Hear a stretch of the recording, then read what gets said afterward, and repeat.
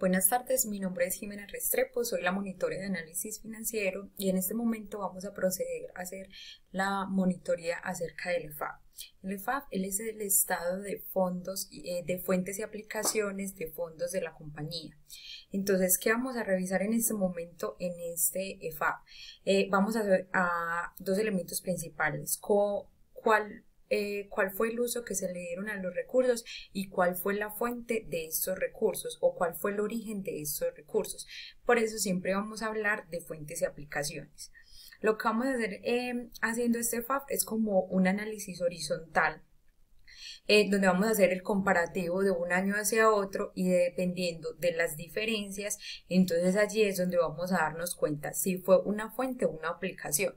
O sea, si fue un uso de los recursos o si fue un origen de los recursos. Entonces, en este momento, por ejemplo, vamos a mirar cómo decidimos si es fuente o aplicación dependiendo a la diferencia y a la comparación que se hizo de año a año. Entonces, si por ejemplo acá decimos que es una fuente o que esta diferencia entre estos dos años se considera una fuente cuando disminuye el activo, cuando aumenta un pasivo o cuando aumenta el patrimonio. Y que vamos a considerar que esta diferencia es una aplicación, como lo estamos viendo acá en la imagen, cuando aumenta un activo o cuando disminuye el pasivo y cuando disminuye el patrimonio, ¿correcto? Entonces, ya con un ejemplo les voy a explicar más a fondo por qué se dice, pues porque es fuente o aplicación. Entonces, digamos, tenemos por acá un ejercicio. Entonces, digamos que, por ejemplo, un inventario. Inventario es activo, ¿cierto?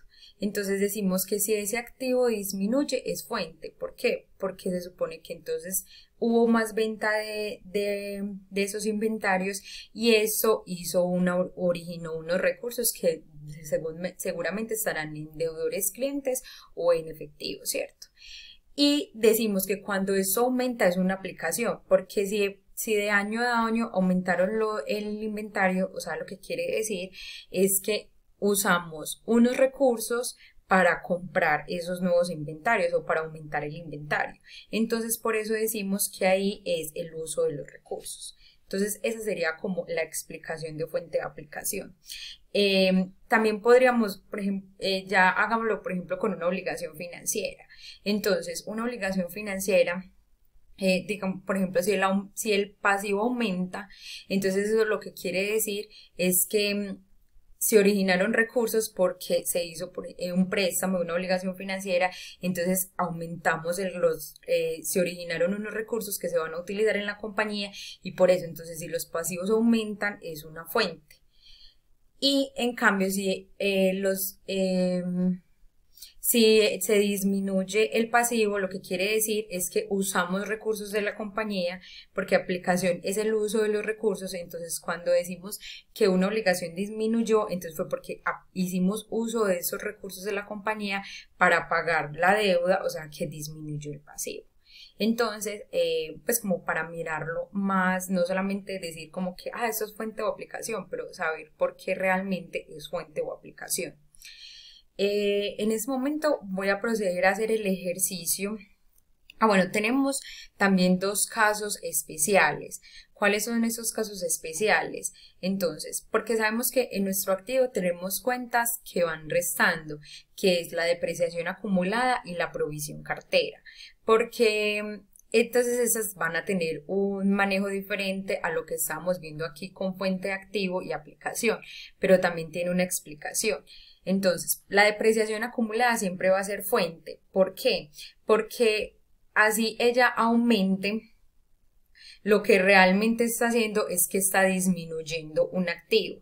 Entonces, por eso es fuente. ¿Por qué? Porque me está restando la propiedad, planta y equipo. O sea, el efecto final es que si yo tengo una fuente, si yo tengo una propiedad, planta y equipo, la depreciación acumulada lo que me está haciendo es que me está disminuyendo el activo. Entonces, por ende, es una fuente porque realmente su efecto final es que está disminuyendo el activo. Lo mismo pasa con la provisión cartera. Entonces, cuando tenemos una provisión cartera, si esta provisión cartera aumenta, es fuente.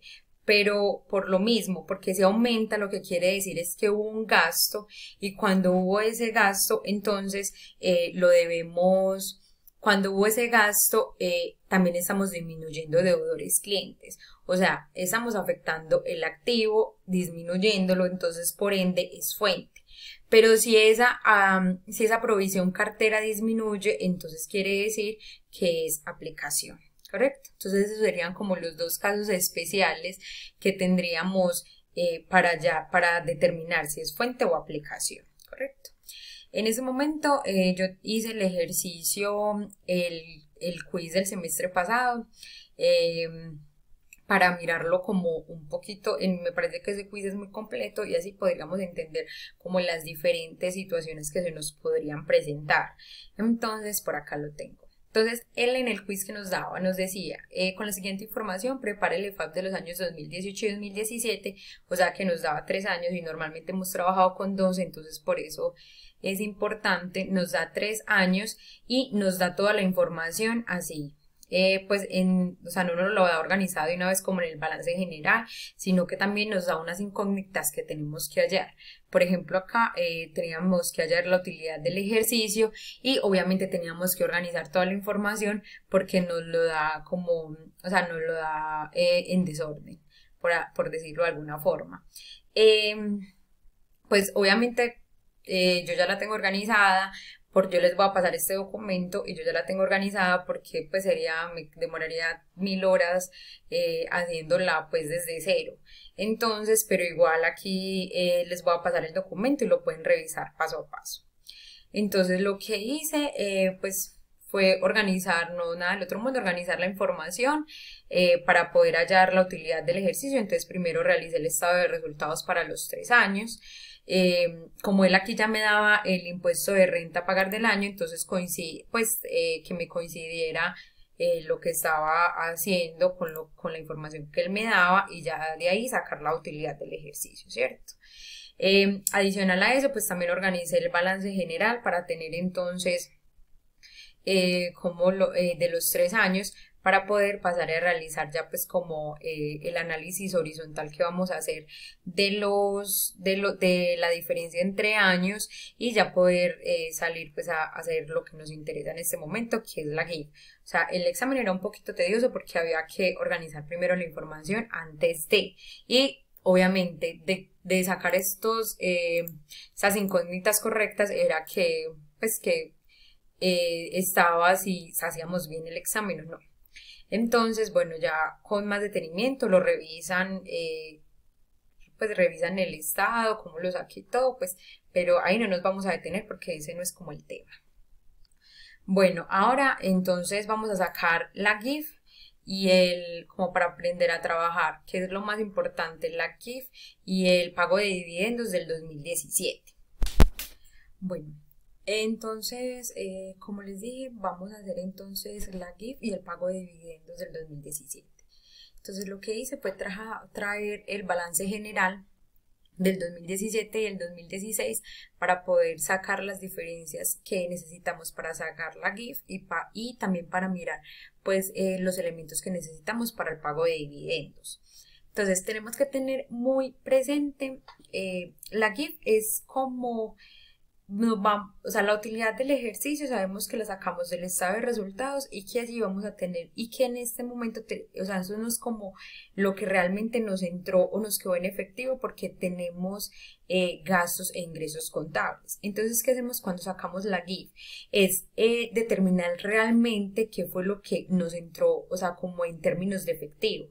Entonces, por ende, entramos a sumarle los gastos contables y a restarle los ingresos contables. Entonces, tenemos 4 elementos importantes en la GIF hasta el momento que vamos a utilizar. Entonces, que son la provisión cartera, el gasto pagado por anticipado, la depreciación acumulada y el ingreso pagado por anticipado. Entonces, cuando hablamos de la provisión, hay 2 elementos que siempre van a ir, ya miramos si cuando aumentan o disminuyen, si van restando o sumando, pero siempre vamos a llevar, o sea, la provisión cartera y la depreciación acumulada. Eso siempre van a ir. Y el gasto pagado por anticipado y el ingreso pagado por anticipado, entonces sí vamos a mirar, depende del caso, si lo llevamos o no lo llevamos a la GIF. Entonces, cuando hablamos de provisión cartera, para hablarlo de una vez con el ejercicio, cuando hablamos de provisión cartera, mira, por ejemplo, en este caso, la provisión cartera disminuyó. Entonces, cuando mi provisión cartera disminuye, yo lo debo llevar como un ingreso, o sea que lo debo llevar restando a la GIF. Y cuando mi provisión cartera aumenta, entonces lo debo llevar como un gasto y lo debo llevar sumando a la GIF. Es un gasto, entonces por ende lo debo llevar sumando a la GIF. Entonces, pero debemos como analizarlo un poquito más a fondo y mirar por qué. Entonces, la provisión cartera, ¿qué es? O sea, cuando yo en mi provisión cartera aumenta de año a año, lo que quiere decir es que hubo un gasto y que esto me está afectando directamente deudores clientes. Entonces, es un gasto que realmente no pasó en la compañía, pero por eso se dice que es contablemente. Entonces, cuando es gasto, lo debo llevar sumando y cuando me disminuye, es como si estuviera haciendo un castigo cartera, entonces por ende lo debo llevar restando.